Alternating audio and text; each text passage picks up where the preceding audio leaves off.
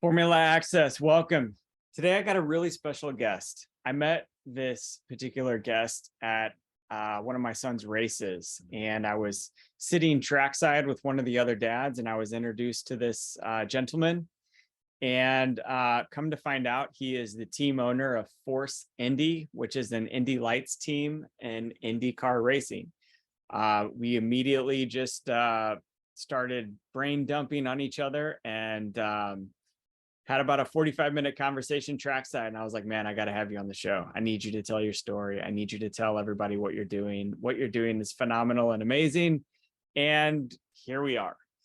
He's got an incredible story that just transcends 30 years of just being around motorsport, learning motorsport, embedding himself in a passion, and just going for it. We had lots of laughs. He's got an awesome story. He's got an awesome story coming. So you guys, this will be another two-parter. Enjoy.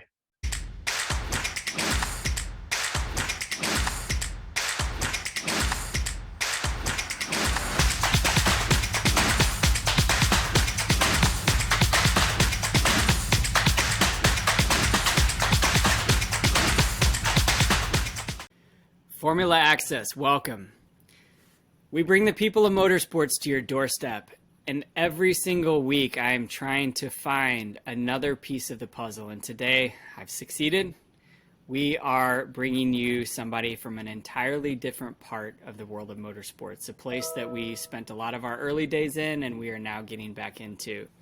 I met this gentleman at my son's race through a mutual friend of ours, and through one quick intro, we had to have talked for like 45 minutes straight, and we were like two kids who wouldn't shut up. And I am so excited to bring to you today Reid of Force Indy, as well as the NXG Youth Motorsports. Coach Rod, thank you for coming on the show. Ryan, I'm loving it. This is great. Thank you for having me. Every time you email me, I see Coach Rod, and I'm like, who's Coach Rod? Is he a performance coach? And then I was like, oh, yeah. Brad. Okay. Are you a driver coach too? You know, it's so funny because that term, especially when people say coach, and particular in communities that are non-racing, you know, they immediately think, oh, did you coach basketball or football, or, you know, where'd that coach come from? And it was just simply with NXG Youth Motorsports, I work with kids that are 11 years old and up. And when you've got an 11-year-old, 12-year-old, you're trying to teach them respect. And I didn't particularly want to be called Mr. So, or instructor or teacher. So someone said to me, you know, are you the coach? And I said, yeah, actually I am the coach. So it's coach more in the sense of kind of that little league mindset, you know. So, but all my kids call me Coach Reid, and then adults would hear it, and then I'll never forget. I was talking to Doug Bowles, president of Indianapolis Motor Speedway. One day he had come out, and he goes, "All the kids call you Coach. Should I call you Coach?" And I said, "You've known me forever. You can call me Rod. You can call me whatever." But so he started calling me Coach Reid, and then most of the people in motorsports that have met me through either NXG or Force Indy lately, they will say Coach Reid. But yeah, I'll answer to just about anything, as long as it's not too derogatory. I seriously, like, I love that. Like, as you were talking, I was like, that's going to be the name of his movie. When they tell his life story, it's just going to be Coach Reid. Yeah, what did you coach? Yeah, absolutely. But doesn't that like fires up conversation, doesn't it? I think it really does. Yeah. There are some people that will say, you know, especially when I'm doing Force Indy, which is, you know, as you know, is an Indy Lights or now Indy NXT series. We are constantly having, you know, people back and forth in different positions, and I'm owner and team principal and all of that, but then they hold someone call me coach, and they say, Are you the driver coach? And goes, no. This year we had Zach Veach as a driver coach for Ernie Francis Jr. And and when someone would come up, and Zach asked me, he goes, Coach Reid? I said, sure. Yeah, absolutely. But I think the idea is, I am coaching, maybe more life coach, more skill development coach than I am, let's say, a driver coach or a strategy coach for racing. And I actually enjoy that. I mean, I love working with young people. And I started off with kids that were too young to really even understand what motorsports was about, and especially with the target community that I reach, predominantly African American boys and girls. They have no idea what racing's all about. So when they hear coach, I think it becomes a level of respect that I appreciate, and hopefully they feel there's a sense of connection with me, and when they're learning about racing. Don't you feel like that's a lost art these days? I am around a lot of young kids too. I mean, I've got 2 teenagers, so I'm around a lot, and we have family and a multitude of ages, and I just feel like kids today are rudderless when it comes to what do I want to be when I grow up. It's like, what did I see on TV that's really cool versus what am I passionate about? What wakes me up in the morning? What am I deeply, deeply focused on? And also just, as you said, like the respect. I feel like people have lost respect for, the adults. Our kids in elementary school had the essential 55, which was like your please and your thank you and your yes sir, no sir, yes ma'am, no ma'am. And, and I refer back to that even to this day. It's probably 10 years later, and I'm like, essential 55, and they're like, oh, may I please have this? It's like, yeah, where did this go? Yeah, it's not, as you said, it's not genuine, Ryan. It's more of the, I'm supposed to say, please. I always chuckle when I think about walking into a Walmart, and they could say, welcome to Walmart, good afternoon, and it's so robotic. Yeah. And with our kids, I have a very, very disciplined curriculum. Mm-hmm. And it starts with the way you sit, the way you put on your helmet and clothes, because we provide everything for these young people, driving suits and gloves and helmet and all of that. And they start to have this whole sense of pride in putting those things on. And then in turn, when you start to say, I will call you, your name's Ryan, so I'm going to say, okay, Mr. Ryan, and I'll give you that respect, as a youngster. They don't see that, and they don't hear that. I don't think they get that in school, to your point. The teachers are trying to be their buddies or their friends, and I'll tell them in a heartbeat, I'm not here to be your buddy. I'm here to teach you something, to give you a sense of pride in what you do, help you maybe have some accomplishment in your life. But the other key part is that you will leave feeling that you're important too. And it doesn't matter each one. One of the things that I say a lot, because we drive go-karts, and they get an opportunity to race or to compete. And they'll ask me all the time, oh, Coach Reid, you think I'm going to win? And I said, I have no care or consideration for who wins and who doesn't. And Yep. They really think that's crazy. Why don't you care? I said, I care about your safety. I care about, did you apply what we learned? Can you leave here with a takeaway? That gets me excited. But if you're, if Susie's faster than Johnny, I don't care. Then, I said that just means we all come at a different stage in our lives. Can you improve? So I think that's one of the reasons we've been pretty successful. It's 17 years now for NXG, which stands for Next Gen Racers. So we started it as an approach to the next generation of racers, and we thought that next generations should include young people of color, which hadn't really, there was, to my knowledge, few if any grassroots programs like we have for stick and ball sports in motorsports. So that's how we got started. But that takeaway Ryan, is really the respect. And if I can see a young person, 10 years later, and they come up and they say, "Hey, Coach Reid," and I say, "Hey, how are you, Mr. Eric?" Or even by their last name, if I remember it. It just feels really, really good that there's that connection.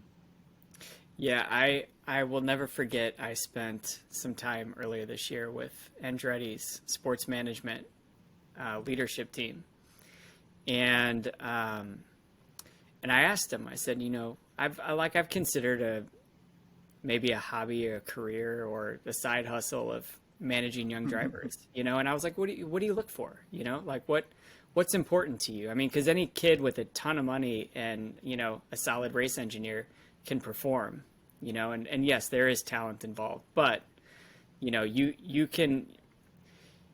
can buy your way to the top. Now, when you get to the top, you're on your own, but, Right. But you can get there. Yeah, like you're absolutely right. what is it? Like, what are you looking for? If you go to a track, what outside of the winner, what are you looking for? And they said, we want character. We don't want to buy a problem. We are going to invest in these kids for a very long time. And we know we're going to lose a fortune while we bring them up to the top. And, and then, like any sport, when somebody achieves a level of success and gets a big bank account, it doesn't make things easier. It multiplies everything. And so, if you have bad character, now you have legal troubles.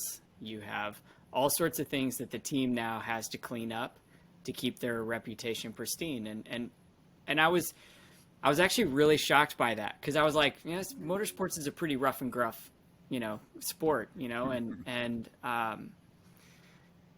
you're looking for character. I was like, wow, these are the kinds of people that I want to be around, because, they know what matters. And so I think that's a great mission statement that you have. And I like listening to you talk. You exemplify all of those characteristics of respect, honor, integrity, the things that you need. And I can tell you enforce that. Yeah, it's it's funny you talked about that conversation you had with folks at Andretti, and as I go around the paddock, especially now that I'm connected more to some of the IndyCar teams, at the highest level, you realize that our sport is set up so that you do come up through this ladder system that's heavily driven by money. And most of those dollars are coming from families and friends and folks who want to support these young people. And so by the time they get to the top, they may not have had to develop a whole lot of character, a whole lot of skills in communicating and respecting and feeling like, there's importance from leadership. And I see it all the time. And I hear teams, and I'm one of them, that the last thing you want is to have a young person on your team, a young driver, and you've got to deal with that person and their parents, because their parents happen to be paying. And I think that's something we've got to wrestle with. I think you and I talked about this when we first met. I'm a true believer that our sport would be a lot better off if we could turn it into a talent-based and talent-driven sport versus pay-to-play. And until we do that, we are going to have those challenges that come with individuals that may feel entitled or that are privileged. And I get that from my kids, and I'm not saying that they're poor, because they're not. But in terms of racing, they're super poor, because they just don't have the kind of disposable income to putting thousands and thousands of dollars into karting or lower levels of Formula racing. Yeah, I think if I ever was put in a position of leadership in any sort of motorsport, I would immediately move towards a meritocracy of talent and character, and that is the defining characteristic overall. And I think off the track, you see a ton of that. Formula One's had massive overhauls of equality and just basically like who's the most creative and smartest people on the planet, and we don't care if it's a golden retriever, we want them on our team. And that's it, you know, and now you're starting to see other series kind of do that. But, you know, I've had Tatiana Calderon, I've had Abby Eaton on the show, both respectable racers and, you know, competitive champions. And they both say, like, sponsors have no money for, you know, females in the sport. And it's like, you know, and it's a problem, you know, and I imagine that's the origin story of NXG. It really is. You know, when I started, yes, I was young at one time, like you, Ryan. No, I got involved in motorsports through just the excitement of listening to the 500 on the radio, because here in Indianapolis, when I was growing up and I was a teenager, they wouldn't broadcast it live in this market. You would have to go to Chicago, or, you know, you'd have to get it probably 2 to 3 hours away before you could actually get a broadcast, so live broadcast on television. So I would listen to it live on the radio, as many people did, and you'd cook out and all that. And I was just so excited. I go, like, one of these days I want to go to that race.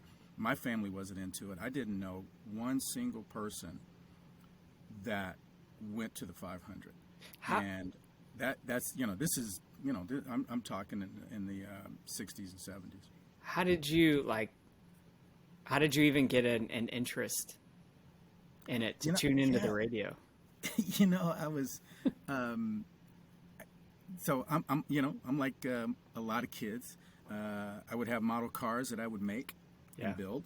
And I had a couple of slot cars, you know, for racing cars. And I think just the idea of the speed and, you know, little cool cars. I remember building you know, a Vet Stingray and a Corvette Stingray. And I thought it was the coolest thing in the world. You know, it looked so much like the real one on the street. My dad had for literally, this is for like a hot minute, he decided that he would go get a Ford Mustang GT and bring it home. And that's about all that happened, because as soon as my mom saw it, she said, "You must have lost your mind. You know, you got 3 kids. We cannot afford this." And so, but I got a chance to look in it, never got a chance to drive it. He was just had test driven it. And I think, you know, a lot of us, you know, we get excited about cars, and even though we may not know about racing, we just, the roar of the engines and all that, you know, nostalgic stuff. And I think the hype of the 500, you hear about, you know, so-and-so wins, and it's just all this pomp and circumstance. So for me, when I got to be 17, I graduated from high school, and I was at Purdue, or on my way to Purdue.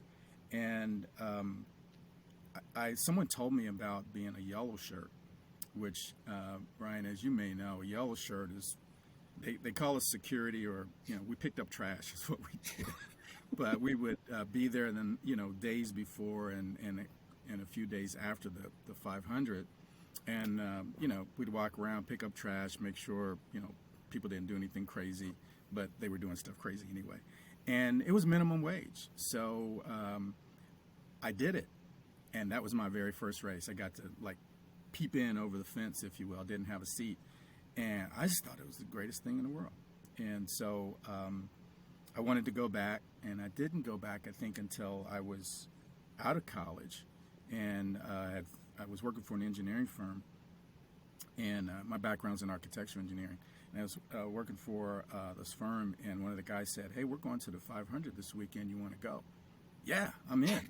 "What's that cost?" You know, and I was in the infield, you know, and then I realized at that point I couldn't see much. So I said, next year I'm going to make some money, and I'm going to sit in a seat. And I'll be honest with you, Ryan, I had no idea what was going on. I just thought, okay, they're going around, and this sounds really good, and they got more laps to go, and then somebody won.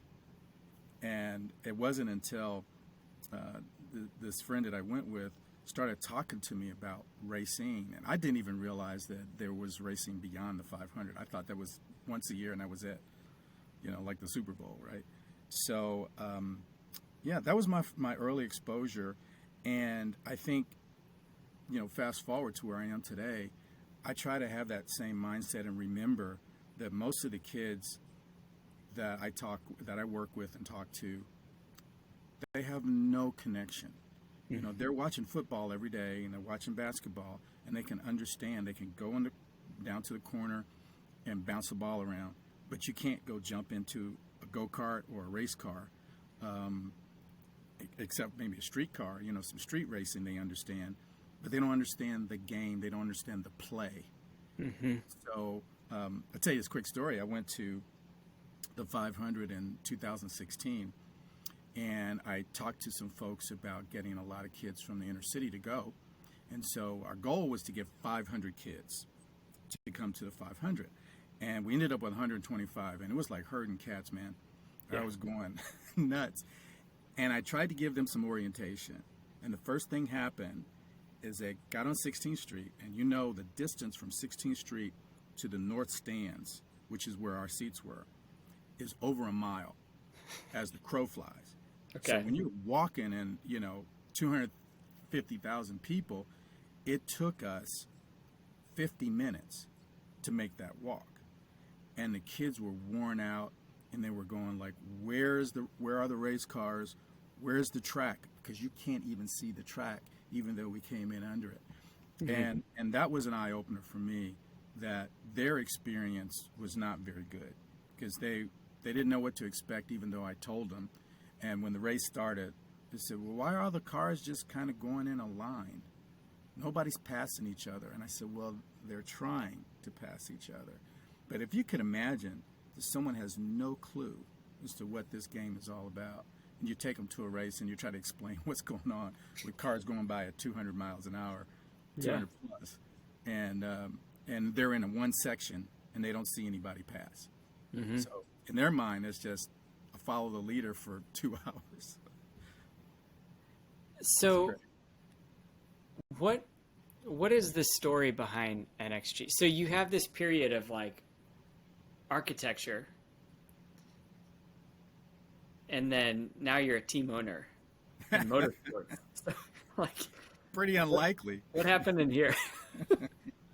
Well, I can tell you, I've had these sort of divergent worlds in my life, but there's sort of one common thread, and I've accepted it and I embrace it. And that common thread is that I've always been in a situation where I'm one of the few blacks mm-hmm. in whatever that is. It was the same way in architecture. Mm-hmm. In my office there were 110 people. This is my first firm I worked for out of school, and there were only 2 blacks, and it was myself, and I was actually in the design department, and the other guy was the inter-office mail carrier. Mm-hmm. And I would connect with him and talk, and he was super proud of me for being in design. He said, I've never seen anybody, in that position. When was this? Like what year range? Man, so this is like, I came out of school in 76, 75, okay. 76. Okay.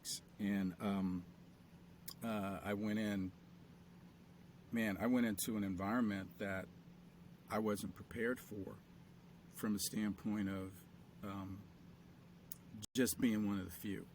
And there are really, really great people, and then there are people that are not so great. It was pretty obvious that there were folks that didn't want me there. I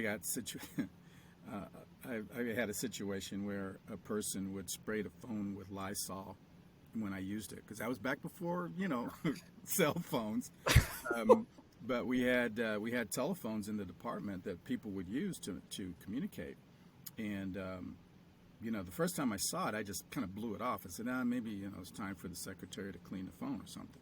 But then I noticed every time I used the phone, she would take out the Lysol, spray it, and clean it off.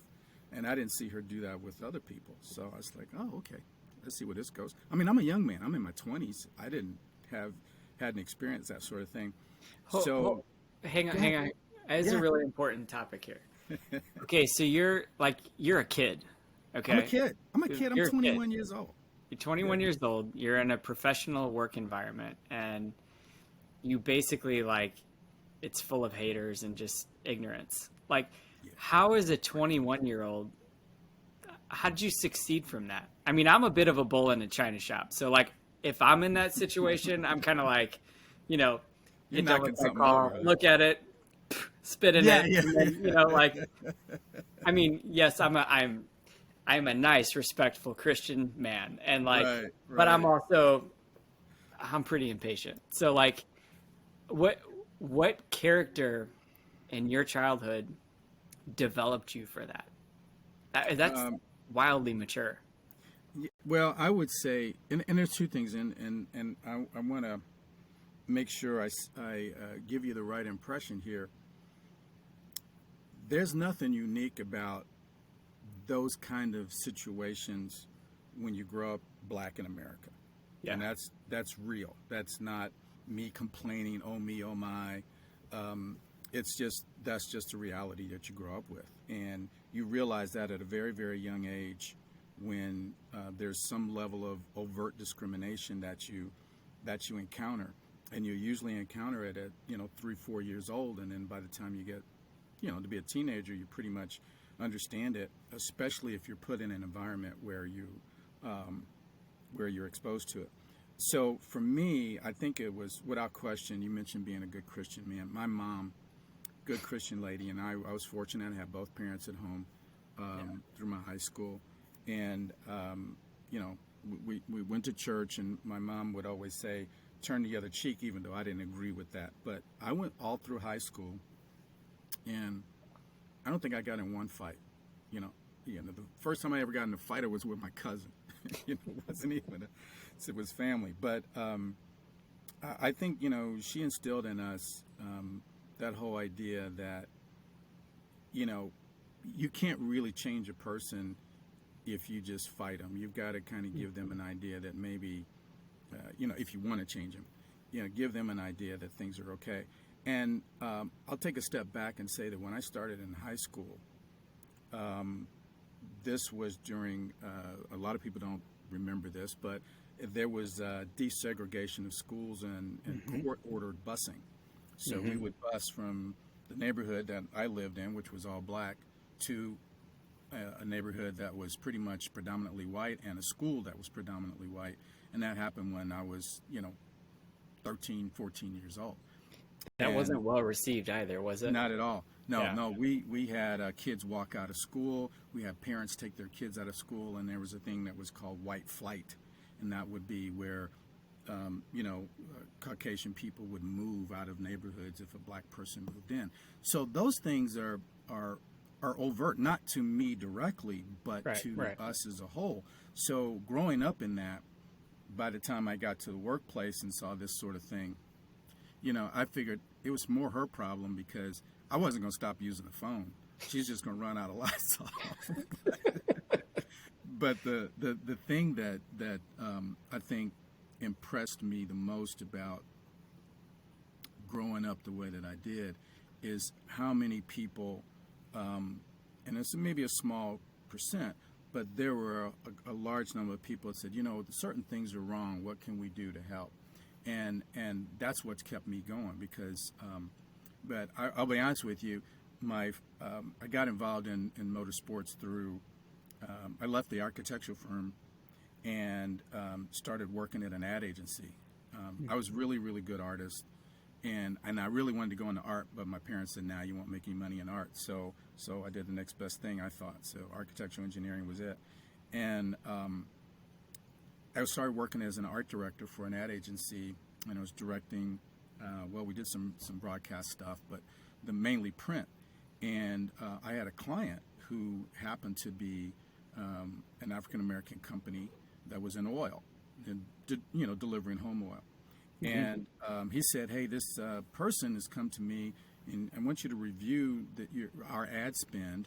And the person has asked me about motorsports. You know anything about motorsports?" Yeah, I know about motorsports. I know what a race is. So I just told him, I said, let me look into it, because I was so enthralled with racing. I met with this person and who happened to be a race car driver, and he started telling me about what he was doing, and I dove right in and did all my due diligence and study, and I said, this isn't making sense for the oil company. I said, you're racing on the West Coast. He can't benefit from you here in Indianapolis. Why should he sponsor you? And so I shared that with my client, and we went on. But what happened, though, is I decided that I was going to seek sponsorship for this young man. It was Charles Wilson, and that was in 1980. We became friends in 1980, but 1982, I agreed to really start seeking sponsorship for him, and that's actually how I got in racing. Now, I wasn't a driver, didn't go to racing school, didn't do any of those things initially, and he was racing and trying to. He transitioned from karting to Formula Ford, and then eventually went to Jim Russell, which was the Skip Barber of the day. I think he worked. We both worked at Skip Barber for a little while. But that's how I got started, and I was able to garner sponsorship with Budweiser the same time that Willie T. Ribbs was doing Trans Am, and others were, because Budweiser was spending money in every form of racing, from speedboats to, you name it, they were in it, and I convinced them that they should look into this. I said, no one's come to the 500. We need to get someone in the open wheel system. So we did Super V, we did Formula Atlantic, and we were poised to do IndyCar. And we had our first really, really negative experience in racing when I took some money to a then professional race car driving team, which was Dick Simon.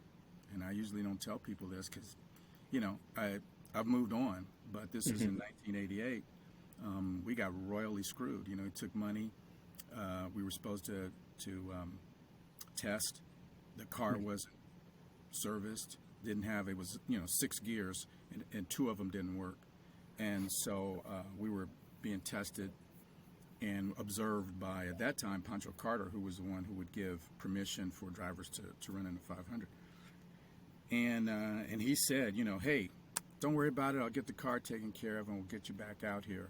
And I paid a lot of money for that one-day session, thousands of dollars. And I learned as a young man in my 20s, first of all, don't give up all your money. I didn't know better at that time before you get what's due you. And then the second thing is you got to really pick and choose who you trust. So that we were bitter. I mean, Ryan, for 10 years, I said, you know what, we're done. Because, for one, we didn't have any more money, and we didn't have anywhere else to go. It was IndyCar level we were ready for. And I stayed away. I did not go to any IndyCar races for 10 years. Wow. So I only focused on Formula One, got into some IMSA stuff. I liked prototypes. But that was our... And I look back and think, who got hurt there? Well, it didn't. The industry didn't get hurt. So we didn't get a chance to do some of the things we might have liked to do because we enjoyed the series. But that was in. What did you do outside of? So when you left, were you doing sponsorship and ad work in Formula One and IMSA, or were you doing driver management? No. At that time, Charles, his background, he was a rework mechanic at Detroit Diesel Allison. He went on to start racing and became a mechanic there. And then he decided he would go to school and be an engineer for Amtrak. So he became an Amtrak engineer. I came back, started a business, which I have now, 28 years old, RLR Associates. We are a branding company, place branding. So I do a lot of projects that have to do with the built environment. So still architectural work, but we work on museums, and we do corporate identity as well, but heavy on large signage projects. So if you go to the Speedway and you look around, you walk, the signage design for the Speedway is our work. Okay. And I got completely out of racing. Didn't do anything for, like I said, for 10 years. Maybe go to a few races. Then when I got back in it, it was Charles and I both had decided we would go. Stefan Johansson had a go-karting center here in Indy, and he said, let's go over there and run some go-karts. So we did, We got finished, went to a Pizza Hut, and I go, man, we like racing. Why are we letting these guys get to us? Let's do something. He goes, let's buy a stock car. I said, man, yeah. Oh, I had him on my show 2 weeks ago. You guys are buddies? Who's that? Stefan. Johansson? No, Yeah. no, he doesn't even know me. I just Okay. went to his karting center. Yeah, next time you talk to him, say, hey, I know a guy who went to your karting center way back in the day. Okay.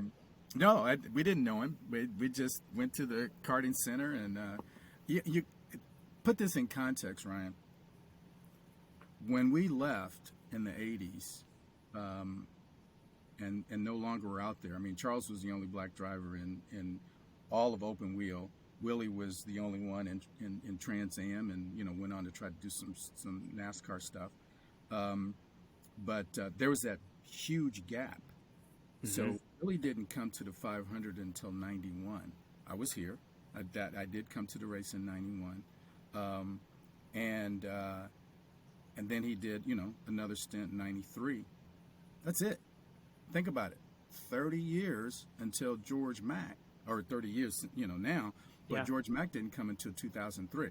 So the series and the industry didn't miss us because we were never really there. So most people didn't know me, didn't know my background. When I got back into, with Indy Lights, people were like, well, who is this guy? They had no idea what my background was. So how did that come around? Were you just like, I want to start an Indy Lights team? No. After we left Stefan's karting center and went to the Pizza Hut, we said, you know what, we should do something in racing and maybe help the next generation. Mm-hmm. And so that's where Next Gen Racers came from. And we said we would go buy a stock car, get a young kid, and teach him how to drive it. So we did. Bought a stock car. And Charles raced it a little bit, and we kept trying to find some young people to go in it. And we realized there's this huge cultural divide. So I couldn't just take a kid and put him in it. So I said, you know what, we're not going to make it like this. We need to start at the grassroots level. Let's start with karting. So we bought 15 go-karts. This is in 2006. We pitched Lucas Oil and a couple other people, talked to Honda. I didn't have any problem talking to folks. So convinced them that this is something really good for the sport and good for kids. And some of them would listen and say, yeah, and others would, it ended up being enough for us to start our program here in Indy. And so we had our first one in September of 06. Well, fast forward, in 2019, Roger Penske buys the Indianapolis Motor Speedway. Okay. We had been running Next Gen Racers, now NXG Youth Motorsports, there since the beginning, since we started in 06. Quick little sidebar. Tony George Jr. was running Super V at the same time we were running Super V. So okay. I got a chance to meet him and to meet Mary Holman George, and just the whole idea of being involved in around the family. That gave us a good in when we went to the Speedway to say, hey, we just want to use your parking lot. So we've been doing that for a number of years, and in 2020, I'm trying to get a schedule. So I'm talking to Doug Bowles and others there at the Speedway to get our schedule for the year. And Doug said to me, he said, you know what, I really don't know what's going to happen, Rod. Roger is not wanting to have anything other than high-level racing going on at the track. And I said, man, that's a shame. I got kids depending on coming in and having a good time.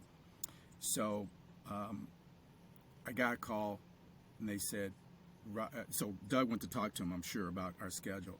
And what came back is I got a call saying Roger Penske wants to see you. I said, about what? Because I'm thinking, I know he's not taking his time to go over my schedule for go-karts, right? And so anyway, I said, okay, let's meet. And we did. And the first thing he said was, hey, I understand that we're partners.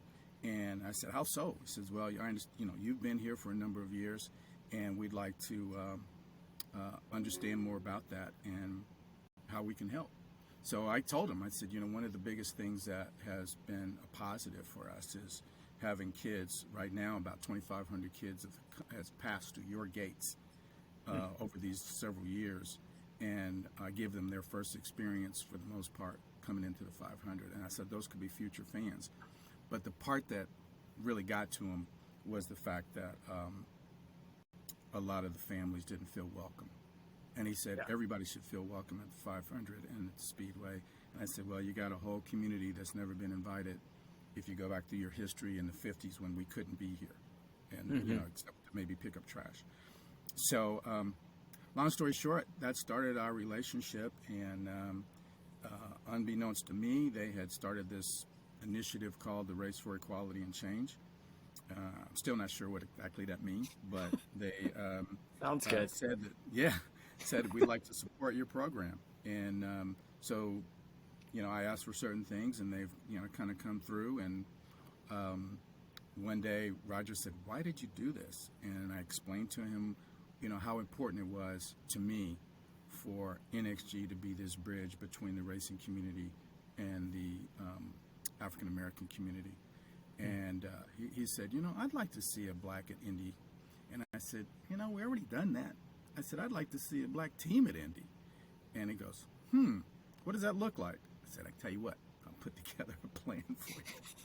So that's kind of how we got started. I had the idea of doing it and thought, we got started in USF 2000. I wanted to start at a lower level on the road of the ladder system. And then we just kind of did a year. We won at New Jersey in USF 2000 with Miles Rowe. And then when Roger said he'd take the Indy Lights back under the IndyCar wing, he'd like to see us participate in that. So we climbed Mount Everest to do Indy Lights. Miles is an incredible kid. I'm a Formula One guy.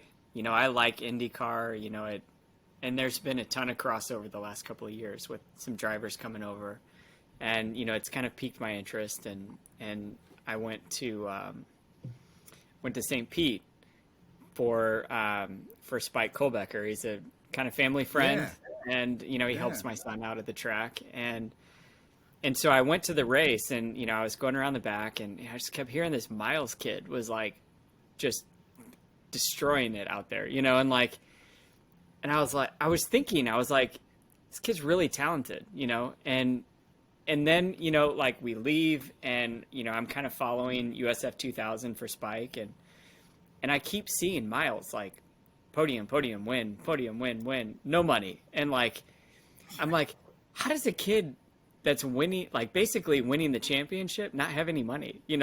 How does the threat of losing your job? I'm thinking as a team owner, I'm like, I'll pay you to come continue doing this. I was floored by that. And I don't know, he actually did something. So we have a marketing agency, a family marketing agency. And so I always pay close attention to social media and, how, not so much what people are whatever trends are going on, but how people use it. And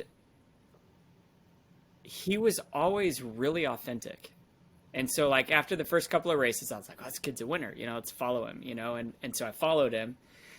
And then I started seeing posts of he was actually talking about I don't have any funding, I might have to walk away.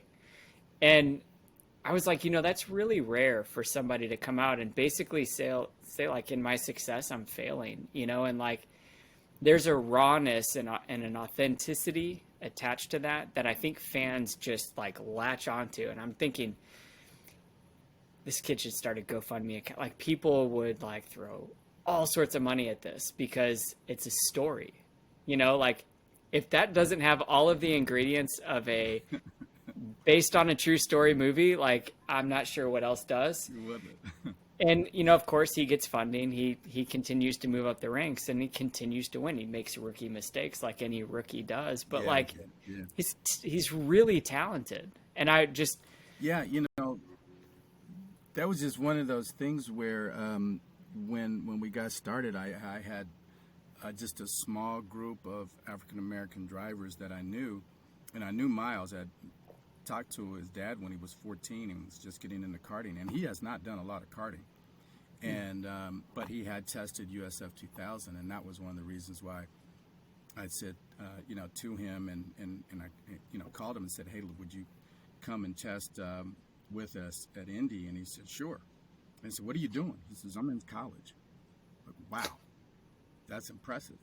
So, but he came and we got started. But then when we had to go to Indy Lights, the funding was cut for him, and I had to jump through some hoops to try to make sure that he stayed funded. And he's still my guy. I talk to him every week. So his thing now. We're doing Indy. We're going to do Indy Pro next year. Does Force Indy have a team? I mean, do you have a branded car? I've seen your trailers before. Yeah. Right. So we had a team when we did USF 2000, and then this last year with Indy Lights. But we have now transitioned to where we're going to be more of a mentoring organization, more of a sponsoring organization. So what I'm trying to do is I want to reach as many people as I can.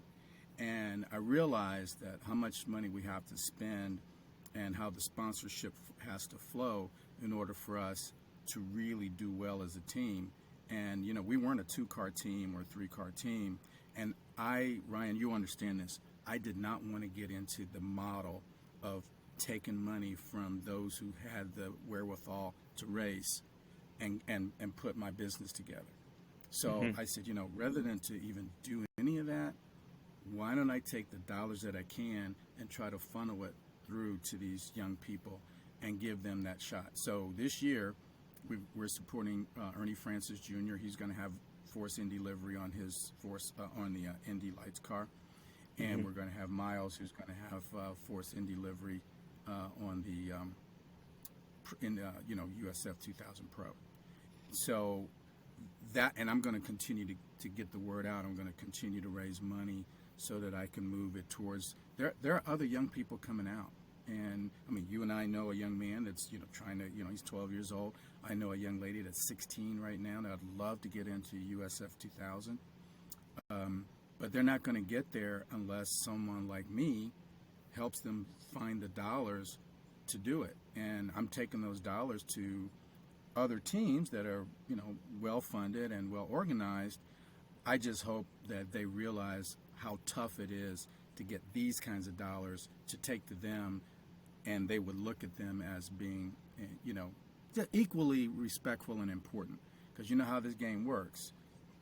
The more you pay, the more you play. So I'm hoping that we can find individuals that will say, okay, I'm paying. Yes, I'm going to maybe pay the minimum to get there, but please give this person an equal shot. I love that story. So you've been around motorsports for a very long time. So we're gonna lighten it up here. Okay. What's been your pinch me moment in motorsports? Like, at what point, what experience did you have where you're like, I can't even believe that I'm here? Like, you're an architect, and an entrepreneur, and you're also kind of, I don't know, most people would say at the forefront of motorsports in the U.S. And so, like, at what point were you like, this is insane, I can't believe I'm here? It really wasn't until August 29th, 2021. And even though I put all this together, that was the day that Miles came across the finish line first. Yeah. And our team, of all the things and all the adversity, and you hear about it, and not, when I say adversity, I'm not just talking about the fact that we started off not knowing what the heck we were doing with building the car, to being able to get things set up, get the right setup. But it was like literally the perfect storm, because it rained and the track was wet enough for everybody who was running with rain tires, and Miles was unbelievable in the rain, unbelievable. He was faster than anybody on the track. He started 10th, finished first. And we couldn't believe it. And I was in a state of shock in disbelief. But then the pinch me time came in. Oh my gosh, we just won our first race. And we've come from like zero, from nothing, to here we are. And I was speechless. And it was almost at a point where, I could feel the tears would flow. And Right. and it wasn't, they weren't tears of, oh, we won. It was the fact that so many things had to come together for Miles and our team to be the first African-American led and African-American driver to win an IndyCar sanctioned event. First in history. And I didn't even think about it until one of the reporters who interviewed me, he goes, how does it feel to feel it? I said, what are you talking about? He said, you guys are, you made history today, and no one will ever be the first to do this. And I think that was my moment. Of all the things I've done, that was the moment. I think the rest of them was always working hard to try to just get there. And when I got there, it was, oh, okay, we're here. Now we got more work to do. So, but I would have to say that was it. Motorsports should always be hyphenated. Motorsports, like, AKA adversity. Like, Nicholas Latifi's a billionaire, and he has adversity all the time. Everyone has it. Some people have it way more than others, but yeah, it is honestly the most grueling industry you could ever enter for anyone, because it is riddled in like clouds. Nobody knows how to navigate it unless you're like part of the inner sanctum and you understand how the network works. And that's one of two purposes of this show, is really to, open the doors of motorsports to fans so they know, like, what does an engineer do? What does an aerodynamicist do? What is a young driver's life like? What is it like for the parents of a driver? And then, people like you, people that have programs around motorsports, teams within motorsports, careers within motorsports. And then the second really is just education and hope for young people to understand, like, how you get in it. Because not one guest that I've had on this show filled out an application, uploaded their resume, got a call back and a job offer. Like, all of them fought for their job and, responded to something on social media, got somebody's attention, walked up to somebody. Lewis Hamilton's story, like, walked up to Ron Dennis, like, arguably like the most powerful person in Formula One at the time, and was like, hey, I'm going to win a championship for you one day. And he's like, yeah, sure, whatever. Yeah, sure, kid. He delivered. Yeah. Honestly, he delivered more than once. Yeah. So you're absolutely right. There is I call it one of the most fickle sports on the planet. Yeah. And it gives you such a high or thrill to be successful in it. And when you're not, I think there's still that keep coming back to get there. And I like to make that available to everybody. I think when you and I were at the track talking, I think that was the one thing where I was like, this is where I connect with this guy, because I've had these conversations with a number of parents, with a number of kind of similar programs to what you have, is really to say, like, doesn't the norm suck? Like, you're an entrepreneur, I'm an entrepreneur. So, like, for me, it's like, how can we mess with the system, and I just, to me, I think that motorsports is about to enter kind of a renaissance period, especially here in the US, where, social media drives the world, and I really think that eyeballs and social media and marketing and ads and brands are going to, like, drive some of the nonsense that you're seeing. And you see it kind of in Formula One, and then it trickles into IndyCar and so forth. But what you're seeing is right now in Formula One, kind of a purging of buying a seat, because teams are like, oh, we're making money now. We don't need your money anymore because of budget caps and sponsor dollars and, marketing. We're able to now operate without driver money. We can actually afford to pay you now. And so I think there's going to be a time where it starts to hit IndyCar, and obviously IndyCar is a bit of a different animal than Formula One. And so those feeder systems, I've really, really been kind of maybe desperate to figure that formula out, to say, do you give kids $250,000 a year to get up the system? I'm not sure that's the best thing, but I do think that what you're doing is an education in that process. You're saying, here's $250,000, and then here's how you raise your own money. Here's how you treat people with respect. Here's how you maintain good character, drive results, a passion for it. And you're checking off more of those boxes, I think, that are ultimately required for one day somebody like Miles having 1 million eyeballs staring at him, and teams are like, we'd really like to have him on our team because people are paying attention and our sponsors actually want him because of his exposure.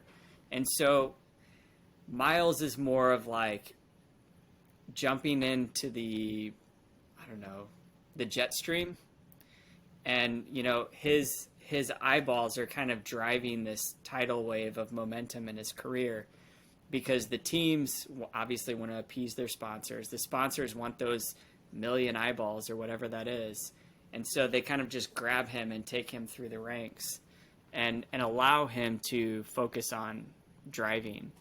And you're chasing talent, and like I said earlier, the meritocracy of talent and character, and you're hitting on it more than most.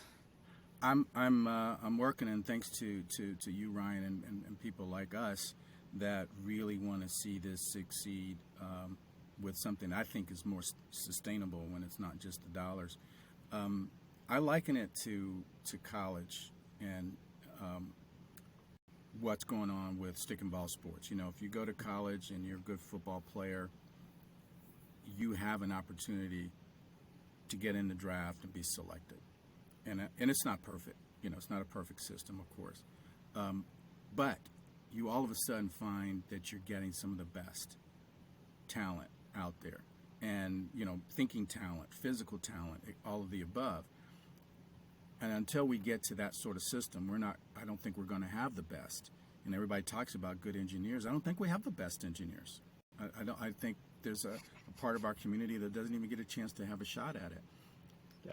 I would like to see us, look at the kind of program like I have and others, where we can say, okay, let's give scholarships to kids to go to these different levels. And as you mentioned, instead of handing a kid, $250,000, or these days $500,000 to go do a series, let's put a price cap on that. I like your Renaissance. Let's bring these manufacturers back in so that maybe these series can not be so expensive, but then we can put kids in it that use it as true development. Because people talk about development, and all it is who brought the money, I'll let them race. That's not developing, in my mind. It's not necessarily developing talent. So I would love to be able to offer scholarships to young people to race. And also to go in and say, hey, I want to be a marketer. I want to do a podcast. Well, what do you need to know to do that? Let's get you that education, that information and awareness, and maybe I can support that financially too. So it's not just putting a kid in a seat. I think it's also getting those in the paddock and in the garage and in the office. Man, Coach Reid, seriously, I could probably talk to you for another hour, but I'm not going to be the dad that doesn't show up to pick his daughter up. You gotta be there, my man. I can never disappoint that young woman. So I do have to jump.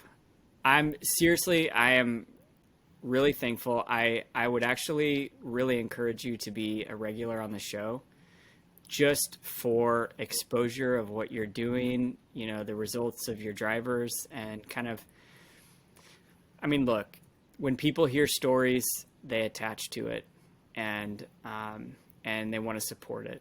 And, you know, I have a pretty broad audience, and I really, you know, again, I equally try to expose IndyCar as much as I expose Formula One. And I think that both systems are desperate for some change and just a different way of thinking. And I think you're doing that. So would love to have you on. I'd love to get Miles on the show, like tell his story. Like, I think he's got an incredible story. Like, I love watching people who are just kind of like naturally talented, have good character, and really just don't let their heads get too far in front of their skis and go. So, man, I appreciate it. I've been looking forward to this for a while. You. Absolutely, same here, and we'll make that happen. We'll get Miles on here, and I would love to come back. You just let me know when you got a slot for me. Anytime, man. I have all your links on the show too. People pay attention. Okay. Follow this guy. Catch him at a track and have a conversation. All right. Sounds great.